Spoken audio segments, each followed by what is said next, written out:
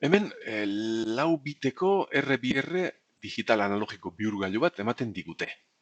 Bere eskema ematen digute, eta esaten digute balio digitala baldin baditu balio hauek, ze tensio daukagun hemen irteera. Bale, orduan, kenduko nezerit eta hasi egitezen hemen gauzak pentsatzen. R2R, honek nola funtzionatzen zen?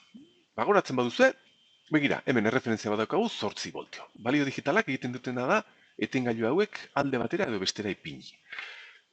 Sistema erresistibo honen azpiko tensioa beti da 0, izan daiteke lurra orokorra edota 0 virtuala hemengoa.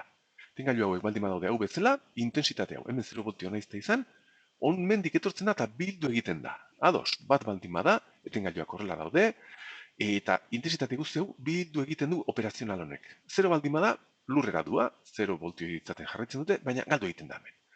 Beraz, etengailu honek egiten dutena da, intensitate hau bildu edo ez.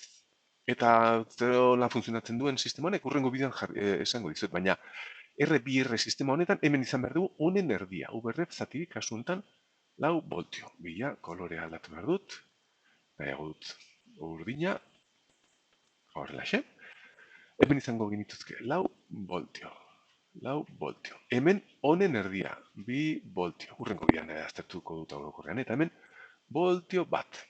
Orduan, esan bezala, kalkulatu behar ditut intensitate guzti hauek. Hemen izan behar du intensitate bat, hemen beste bat, 2, 3, eta 4. Hau isek izan behar dira garrantzitsunak. 4 bito hientzat, intensitate ezberdinak. Kasu honetan, honen balioa da, ze jarriko hemen azpiali igual argiago, hemen azgiago.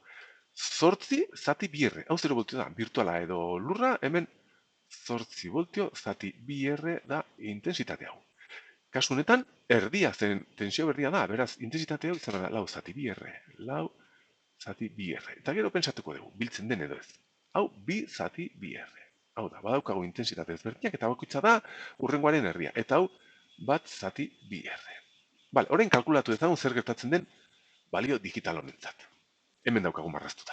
Hau baldin bada 1, hau 0, 1, 0, etengailu egon behar da, hau horrelaxe, hau lurrera, eta hau horrelaxe.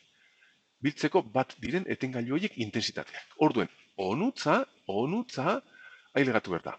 Hau, eta hau, biek ailegatu behar dira. Besterak lurrera joan behar dira. Beraz, ailegatu behar da biziko hau, eta hau, bi horiek ailegatu behar dira.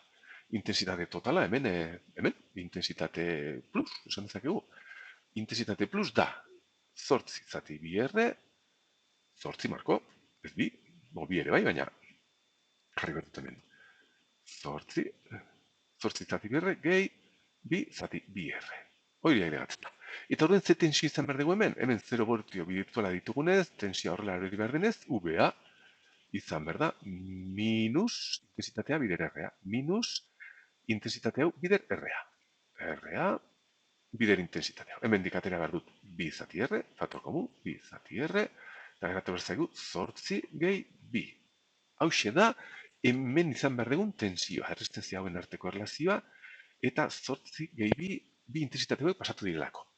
Beraz, zer gertatuko zen, datu digitala baldin bada bat. Etengailu guztiak egon ziren hau horrela, dagoen bezala, beraz, intensitate guzti joango ziren arutza, laurak, hemen i totala izango zen guzti hauen batura, izango zen hemen i plus muturan izango genituzke tensioak, osea, 1 zati 2R, gehi, 8 gehi 4 gehi 2 gehi 1, eta arduen intensitatea izango zen, markatu egiterako tensioa, izango zen VA gehi minus RA. Honen erresistentzia zati 2R, honen intensitateena, eta intensitate guztien baturaren eraginez, balio hau izango geruke, balio hau altuagoa. Baldin badaukagu 0, intensitate guztiak arutza dua, hemen intensitatea 0 da, beraz VA izango zen 0. Ados, esan bezala, zirkuito honen bere erantzun orokorra urrengo bideoan egin behar dut. Aurrera.